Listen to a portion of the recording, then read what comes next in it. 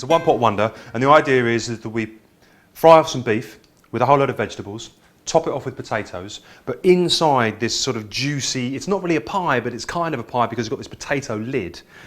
I've got different flavours. I've got some oyster sauce, I've got some mustard, red wine, and I've got some beef stock just sticking over here, which is hot. So the whole idea is getting some colour and flavour into the vegetables, throwing in the meat, really getting that colour going. A few tomatoes, and I've peeled them off. You can see that I'm just going to take the skins off. I don't really want the skins in there. Drop in the liquid, and then we're going to be basically popping in the oven for about an hour and a half.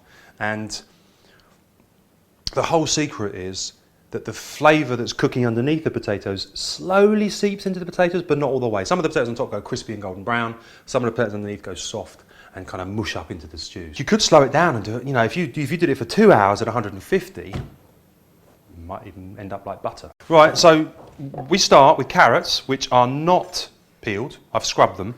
Take the tops and take the bottoms off. Put them to the side. And we're going to be cutting them. If you can see the size of the beef, we want to be cutting the carrots more or less the same size. Celery too. Now I just love just cutting celery all the way from the top. And because the beef is so big, we can just have the celery in big chunks. It's only one red onion, but let's cut it up anyway. Nice and big, straight through. I've got to put olive oil in this pot, and the whole idea is that it's hot. I haven't started this pot cold. Olive oil straight in, and then the veggies straight in too. And then give them a really good stir.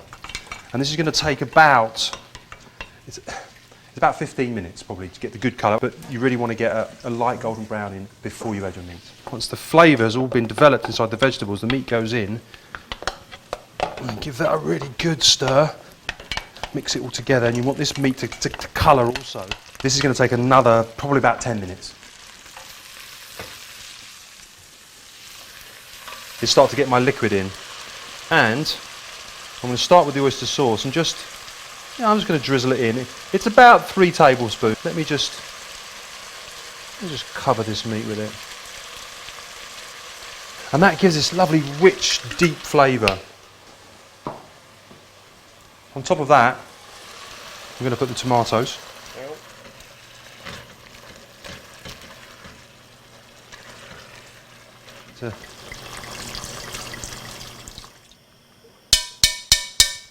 And some of my hot stock here. Just cover that and get the stock to come above the meat so we can skim off any fat that comes to the top of that. So what I'm going to do is, with all of the sauce in there now, the flavour smells so rich. Now I've got these sliced potatoes which have been sitting in water, and what I'm going to do is lay these in a circular pattern all the way on top of this. Season it lightly again.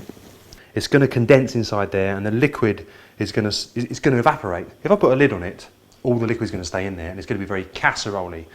I want it to be a stew, but I also want it to be a pie. This is many things to many people.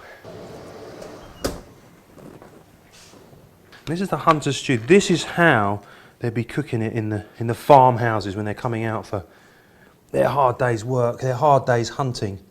Let's get some of this juice underneath there. Look at all that lovely juice.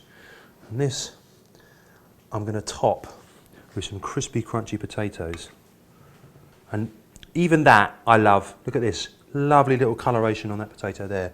That's real hunter's stew.